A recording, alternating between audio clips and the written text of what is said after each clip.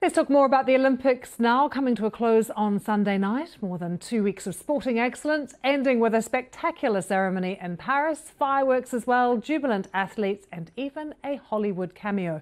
And President Macron has been speaking in the last hour. We've been bringing you that live, waxing lyrical about the success of the French team as well, and praising the organisers for what he called an absolutely magnificent event where the world saw the true face of France. Let's take you live to Paris and speak to our reporter Ellen Duncan, who has been at the Games for the last 2 weeks. He was so jubilant. Ellen, President Macron, just listening to him a short time ago, so thrilled with how it's all gone. Has that been reflected in today's papers? Hi Lucy, absolutely. I think the mood here still does feel very jubilant. It has been a massive 2 weeks, as you mentioned, of sport. Last night really did feel like a big celebration that has continued today. Let me show you some of these papers. This one from the Figaro, this one says Paris 2024, the game of all the records. Of course, it's pointing to the first games with the opening ceremony outside of a stadium, the first games of gender parity in terms of the athletes, and of course all of those world records and Olympic records that we saw. You can see, if I can show you that photo there, that is the Stade de France from last night. That is that opening ceremony. Got one more here as well from the Parisienne. This one is just simply merci, thank you. That one there is the Olympic flame and of course the Eiffel Tower in the background. It was a massive closing ceremony last night. It went on for quite some time.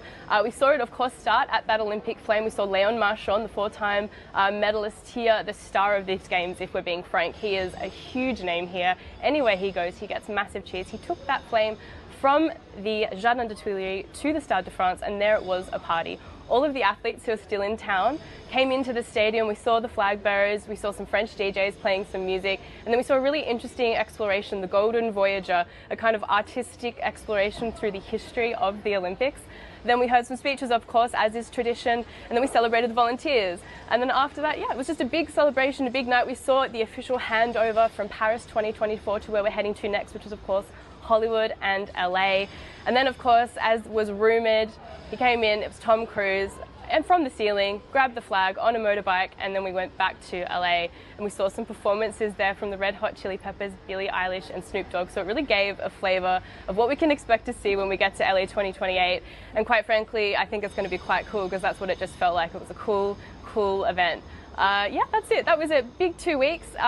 We are quite exhausted. It's a hot day today here in Paris as well. So I think everyone might be slightly relieved that although we're sad to see it's over, we perhaps don't have to have athletes competing in this weather, and we're out in this weather as well. The Paralympics, though, are to come, Ellen. Do you think the excitement and the momentum can be maintained?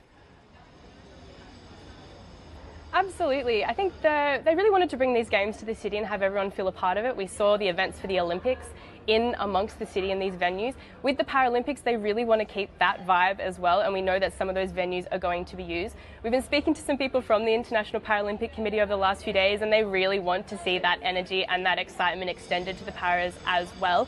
We've got some stats for you here. Those ones kick off on the 28th of August. We're expecting 4,000 athletes in 22 disciplines. We're also going to see some more firsts for the Paralympics as well. For the first time, they are also going to have their opening ceremony outside of a stadium. It's actually going to go down the Champs-Élysées into Concorde, and if anyone has either been in Paris recently or knows the area, that place has been a real hub of energy, particularly Concorde, over the Summer Olympics, because that has been where the skateboarding and the BMX has been held, and so already it's a fun atmosphere, it's a fun place to be, and they're expecting tens of thousands of people to come and see that opening ceremony, that Olympic first as well. For Paris, it's also the first time that the Summer Paralympics are being held in Paris, so it's another piece of history as well. We spoke to a French Paralympian yesterday. She said it was just such an honour to have it here. So yeah, definitely lots of energy going into the Paralympics. We expect those ones to be a set of fun games, and I'm sure a lot of records broken again as well. Looking forward to it, Ellen. So pleased to hear the party will continue. Thanks so much.